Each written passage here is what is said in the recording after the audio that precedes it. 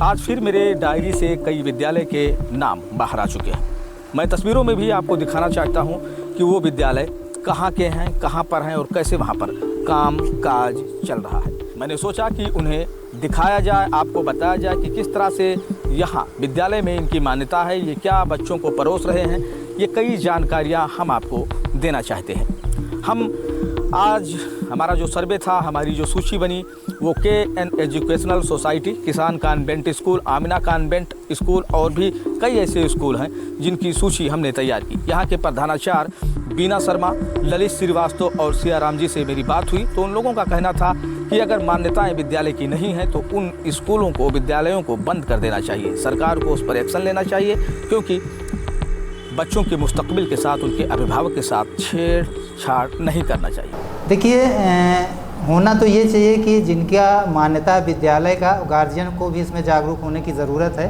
वो अपने बच्चों को एडमिशन वहीं कराएं कि जहाँ की मान्यता हो। पहले उसका अच्छे ढंग से क्वेरी कर लें कि वाकई में मान्यता है कि नहीं है।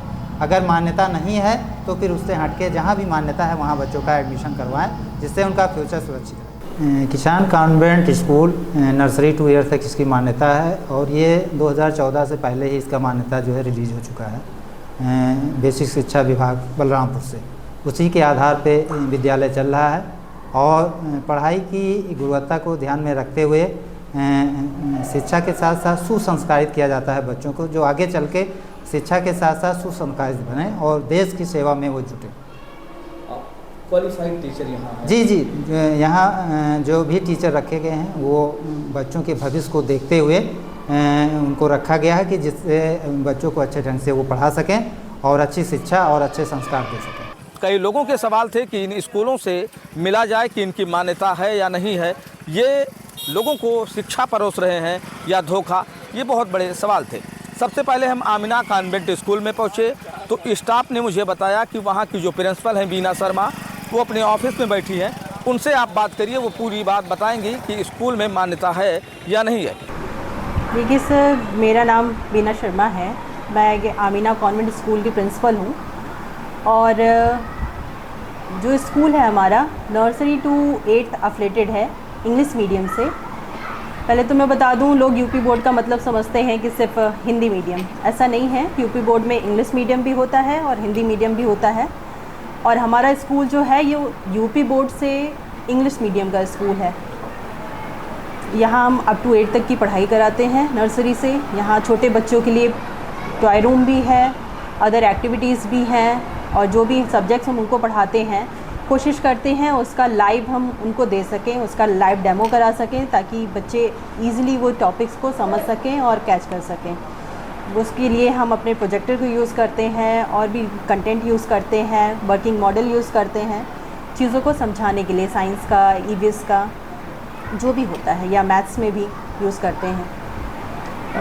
जो आपके यहाँ टीचर हैं क्वालिफाइड हैं सब? हमारे यहाँ टीचर्स जो है वेल क्वालिफाइड हैं, ट्रेन टीचर हैं, BEd हैं और उनको उनकी ज्वाइनिंग से पहले उनका रिटन और डेमो क्लासेस में डेमोस्ट्रेशन सब होता है। रिटर्न, वर्बल सब कुछ उनका टेस्ट होने के बाद ही उनको अपने यहाँ रखा जाता है।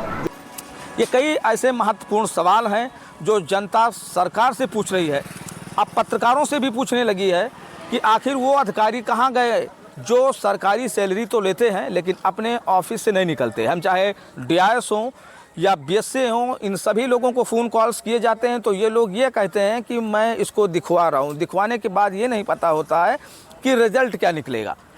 लेकिन मैं आपको एक बात बता दूं कि इस बार रिज़ल्ट आपको निकालना ही पड़ेगा। अगर आपने एक्शन नहीं लिया तो एक्शन हम लोग आपके ख़िलाफ़ लेंगे, आपके कार्यों के ख़िलाफ़ लेंगे, क्योंकि आपको सरकार ऑफिस में बैठने के लिए पैसे नहीं देती है, आपको पैसे देती है कि आप मॉनिटरिंग करें। और बहुत सारे ऐसे स्कूल हैं जिनकी मान्यताएं नहीं हैं, जहां के टीचर अनक्वालिफाइड हैं, जहां पर फीस और ड्रेस और किताबों के नाम पर लूट का खेल खेला जा रहा है। ऐसे स्कूलों पर अगर कार्रवाई नहीं होती है तो ये समझा जाएगा कि ये सब आपके इशारे पर हो रहा है। हम बहुत सारे स्कूलों का दौरा कर रहे हैं, वहाँ की सूची तैयार कर रहे हैं और हमारा जो इंटरेस्ट है वो पब्लिक इंटरेस्ट में है। अगर पब्लिक के लिए कोई काम नुकसानदायक है तो मीडिया सवाल तो पूछेगी। इस पे सरकार को ध्यान देना चाहिए। कभी कभी ये होता है कि वो एडमिशन तो ले लेते हैं और किसी दूसरे स्कूल से संबंध कर लेते हैं जहाँ से विद्यालय का मान्यता होता है, उसी के अकॉर्डिंग वो बच्चों को पढ़ाई करवाते हैं, उनकी मार्कशीट वगैरह वहीं से जारी होती है। तो इसके लिए थोड़ा ये है कि अगर उसी विद्यालय का मान्यता है तो बच्चों के लिए भी राहत रहेगी और गार्जियन को भी राहत रहेगी। इसमें जो समस्या आती है और जो नुकसान होता है वो गार्जियन का होता है, क्योंकि गार्जियन भ्रमित हो जाता है, एडमिशन ले लेता है, एडमिशन लेने के बाद ये पता चलता है उसकी मान्यता उस विद्यालय में है नहीं, दूसरे स्कूल से स्कूल संबद्ध है, तो वहाँ भी उसको पैसा जमा करना पड़ता है और जहाँ स्कूल क्लासेस चलते हैं वहाँ भी पैसा जमा करना पड़ता है। तो इससे जो नुकसान होता है वो गार्जियन का होता है। तो इसमें गार्जियन को ये जागरूक होने की ज़रूरत है कि अच्छे से क्वेरी कर लें कि विद्यालय का मान्यता है कि नहीं।